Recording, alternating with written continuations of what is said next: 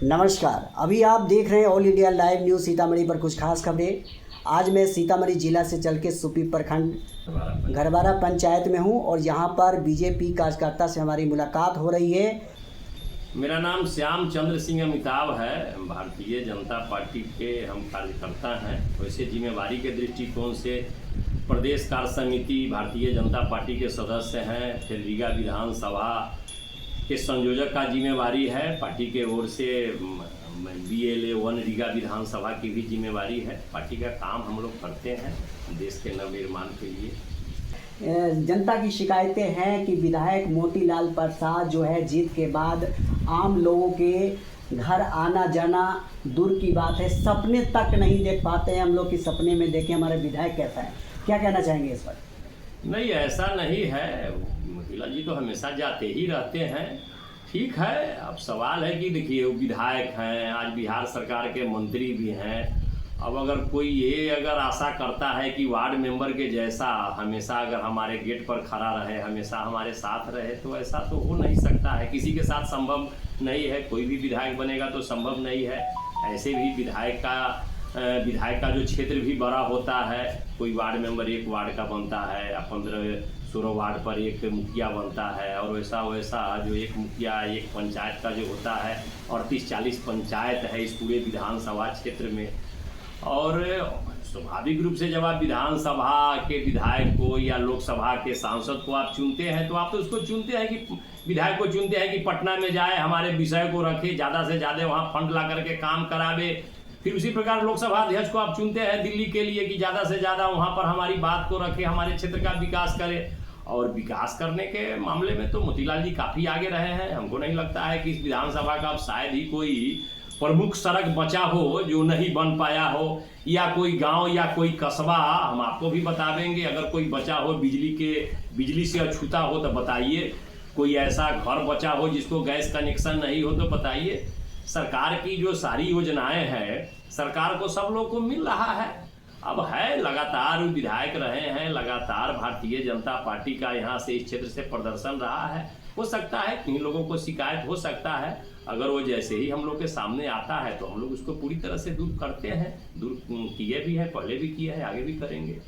आपका कहना है कि जनता के कार्य को लेकर के जहां उनका कार्य संभव होता है, जहां से होना चाहिए विकास, वहां रहते हैं वो और जनता के काम में जुटे रहते हैं। हाँ, निश्चित रूप से। अब आप देखिए ना भाई, जब से अभी से पिछला मेरी अभी भाजपा के विधायक है, मोतीलाल जी विधायक है। इससे पहले भाजपा के विधायक नहीं था इस क्षेत्र में, इस सत्र से पिछले सत्र में। आप कल्पना कीजिए कि सीतामढ़ी से आप बरगिनिया जाने का जो सड़क था उसका क्या स्थिति था, जबकि उस सड़क का अभिकर्ता स्वयं यहाँ का जो चुनाव लड़ता है, जो उस समय तत्कालीन विधायक था, उस स्वयं यहाँ का संवेदक भी था उस सड़क का। और उस सड़क का जो दुर्दशा था, आप कल्पना कीजिए कि उस सड़क पर आप चल सकते थे, पैदल चलना मुश्किल था। 2-3 साल तक सीधे पत्थर रख करके सीधे छोड़ दिया गया था। लोगों को भयंकर एक्सीडेंट का सामना करना पड़ता था। जब बाद में मोतीलाल जी विधायक बने हैं, भाजपा के विधायक बना है, तब वह सड़क बना है। आज देख लीजिए सीतामढ़ी से बरगिनिया तक चमचमाता हुआ सड़क है। फिर उसी प्रकार से आप देख लीजिए कि जब भाजपा का यहाँ विधायक नहीं होता था, बिजली का क्या स्थिति था। बरगिनिया में कोई पावर ग्रिड नहीं था, तो पहली बार पावर सब स्टेशन जब भाजपा के विधायक मोतीलाल जी बने तो बरगिनिया में लाए। आज बरगिनिया में देख लीजिए कम से कम 24 घंटा में तो आज आराम से 15 घंटा 16 घंटा बिजली सब लोग को मिल पाता है।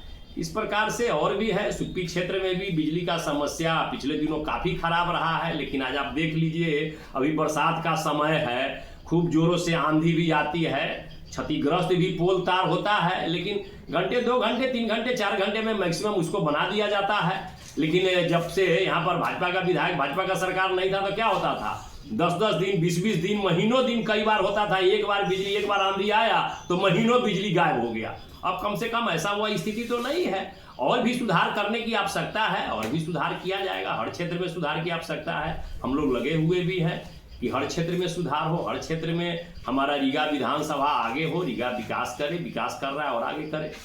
रीगा चीनी मिल के लेकर के कुछ बात बताएंगे कि आप लोगों का क्या विशेष पहल रहा है इसमें?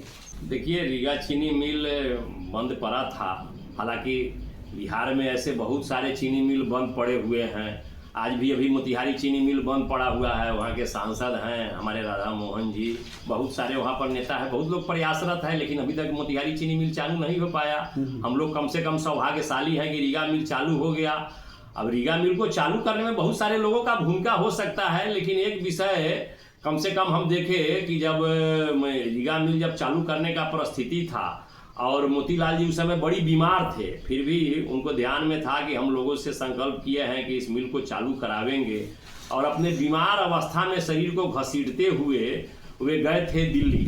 हम उनके साथ थे, हमारी सांसद लवली आनंद जी, उनको भी हम लोग साथ लिए थे, और जा करके हम लोग अमित शाह जी से जो गृह मंत्री हैं, फिर नित्यानंद राय जी से, इन सब लोगों से मिले थे। और मोतीलाल जी ने एक ही बात कहा था कि कोई ऐसा दिन नहीं है कि जो कम से कम हमको 1000 गाली सुनने को नहीं मिलता।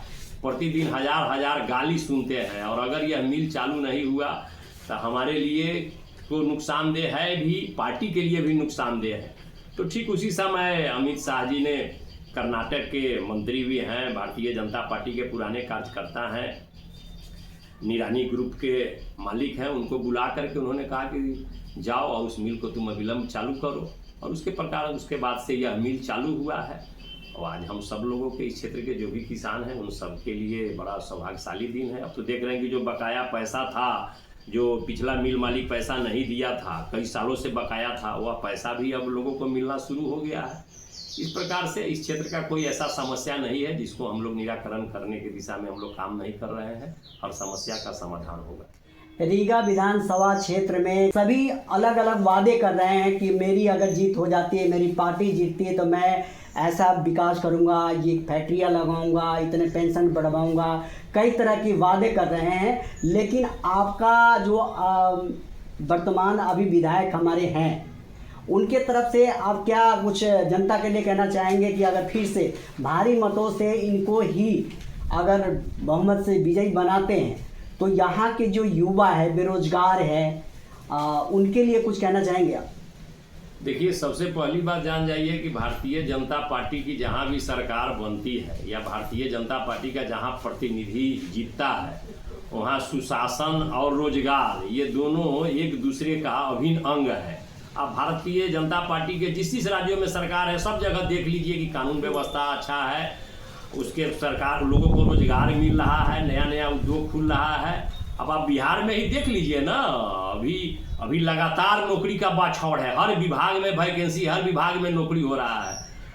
आज मुख्यमंत्री जी ने कहा है कि अगर भाजपा जदयू की सरकार, एनडीए का फिर अगला बार बनना तय है, सरकार बनने के बाद हम पिछले 5 साल में टारगेट है कि 1 करोड़ लोगों को नौकरी देंगे। अब अपने आप में ही एक बहुत बड़ा अभूतपूर्व कार्य है, और चूंकि यह सरकार इसे पहले भी किया है, लाखों लोगों को नौकरी दिया है, इसलिए कोई बड़ा विषय भी नहीं है। इस प्रकार से देखिए, भारतीय जनता पार्टी का जहां भी सरकार बनता है, भारतीय जनता पार्टी का जहां भी विधायक सांसद चुना जाता है, उस क्षेत्र का ही भाग्य खुल जाता है, और उसका तो जीता जागता उदाहरण है। आप देख लीजिए ना कि कई वो मिल बंद था, वो चालू हुआ है। यहाँ का विधायक जीता है तो यहाँ का मिल भी चालू हो गया। मिल के बाद जहाँ तक आप फिर से शुरू किए हैं, तो यहाँ पे जो पुराने जो मजदूर थे, उनको आखिर क्यों नहीं रखा जा रहा है? और रखने के जहाँ तक बात आती है, जिसका सैलरी अगर 20,000 है, उसको 8,000 दिया जा रहा है, तो क्या ये उचित है? नहीं, ऐसा नहीं है। सैलरी जो है सबको मिलना ही, जो मानवता जो सरकार की ओर से तय माना है, तो सैलरी उनको आज ना कल देना ही है। विषय है कि देखिए, पिछला जो मिल मालिक थे, कई बार जो लोकल लोग थे, और उनके अंतर्द्वंद के कारण आप सब जानते हैं कि झगड़ा हुआ, मर्डर केस तक हो गया, फिर उसकी परिणति मिल बंद होने तक हो गई।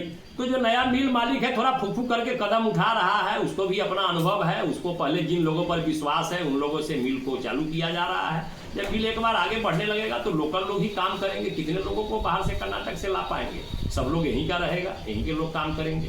रीगा चीनी मिल के अलावा आपकी बीजेपी सरकार रीगा या सीतामढ़ी में फैक्ट्रियां क्यों नहीं लगा रहे? यहाँ से जो पलायन कर रहे हैं, बाहर जा रहे हैं कमाने के लिए, तो इसके लिए क्या कहना चाहेंगे सर? नहीं, ऐसा नहीं है, फैक्ट्री तो लग ही रहा है। धीरे धीरे आप देख रहे हैं कि अपना सीतामढ़ी जिला में ही औद्योगिक क्षेत्र में जाके देख लीजिए, कितना उद्योग लगा है, लोगों को लगातार उद्योग लगाने के लिए प्रोत्साहन दिया जा रहा है। और जो इंडस्ट्री लगाने में जो हमारे जो युवा हैं या जो लोग भूमिका रखना चाहते हैं, सरकार उनको अनुदान दे करके हो, हर दृष्टिकोण से सरकार उसको प्रोत्साहित कर रही है। बिहार थोड़ा अभी तक हमारा पिछड़ा राज्य था, धीरे धीरे बिहार करवट ले रहा है। बिहार भी बाकी राज्यों के साथ विकास के दौर में आगे बढ़ रहा है।